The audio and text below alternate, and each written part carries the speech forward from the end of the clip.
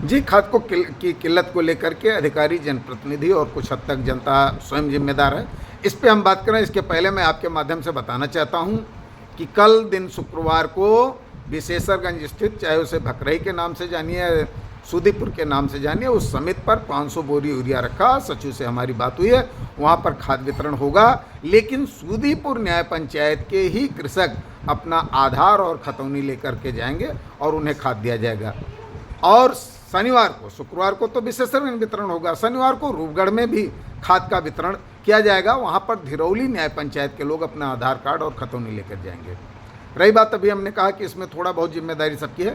पहली जिम्मेदारी तो जिला कृषि रक्षा अधिकारी मौर्य जी को बीते 3 महीने में जाने कितने बार मैंने फ़ोन मिलाया है, लेकिन उनका फ़ोन नंबर किस लिए है ये नहीं पता चलता है। उन्होंने फ़ोन उठाना या बाद में कॉल बैक करना उचित नहीं समझा। इस बीच जब से यूरिया की किल्लत है, मैंने दसियों बार उनको फ़ोन किया। अभी कल मैं ऑन रिकॉर्ड दिखा सकता हूँ, कल दिन बुधवार को मैंने उनके पास 5 बार फ़ोन किया और फ़ोन उठा नहीं। तो ऐसे में किसी समिति के खिलाफ जनता की शिकायत होगी तो शिकायत कैसे करेगा।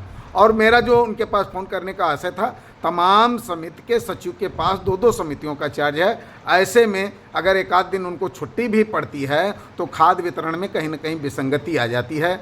ऐसे में अगर कोई सचिव किसी दिन खाली नहीं और खाद गोदाम पर रखी है तो अतिरिक्त सचिव की इनके पास व्यवस्था क्या है, वितरण कैसे सुनिश्चित कराएंगे, ये तय होना चाहिए। दूसरी चीज़, सचिव लोग भी खाद जहाँ पर आ जाए वहाँ उस समिति की पूरी खाद वितरण के बाद ही हटें, क्योंकि अगर खाद बीच में कुछ बच जाती है और बांटना बंद करते हैं तो जनता को लगता है कि इसकी ब्लैकमेलिंग होगी, और लगता नहीं है।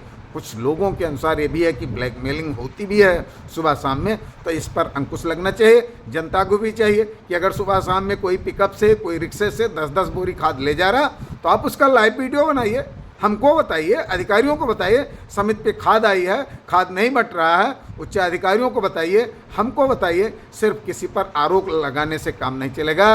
और रही बात जनप्रतिनिधियों की, तो भी अपनी जिम्मेदारी समझें, जनता के दुख दर्द में सहभागिता निभाएं।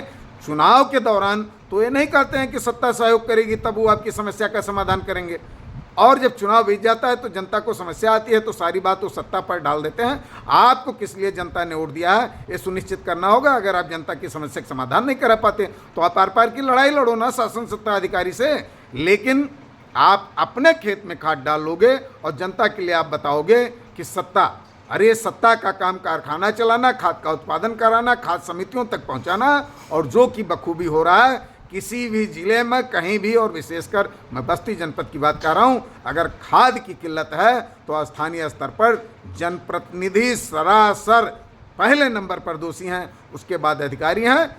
जनता को भी चाहिए कि अगर कहीं किसी प्रकार की कमी है तो खुल करके उसका विरोध कीजिए। लोकतंत्र में अपना अधिकार प्राप्त करना आपका अधिकार है, आपका दायित्व है। और अगर कहीं कोई दिक्कत होती है तो मैं हमेशा इस बात के लिए तत्पर हूँ। मैंने कहा, अररिया परिक्षेत्र में किसी समिति पर किसी प्रकार की दिक्कत आपको लगती है कि खाद आई और नहीं बट रहा या कुछ हेरा फेरी हो रही है, मुझे सूचित कीजिए, मैं आपके लिए संघर्ष करने को तत्पर हूँ। मैं चंद्रमणि पांडे, 307 विधानसभा।